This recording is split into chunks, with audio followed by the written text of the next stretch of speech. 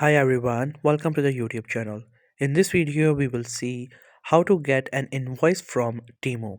So if you have purchased any product from Temu and you want its invoice, maybe you want to show it to someone or maybe for any other purpose, I'll show you how easily you can get one. So first you just have to simply open the Temu app and you also have to make sure that you're already logged in.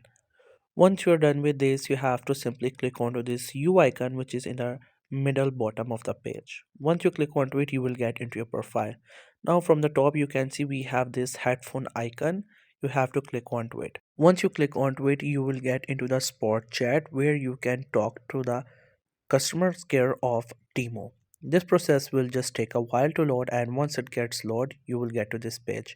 Here at the bottom you can see the contact us option. You have to click onto it. After clicking onto it, you just have to simply explain that you would like to get the invoice of the product that you have received in the chat, and after that they will send you the invoice and then you can use it for the purpose you have asked for it.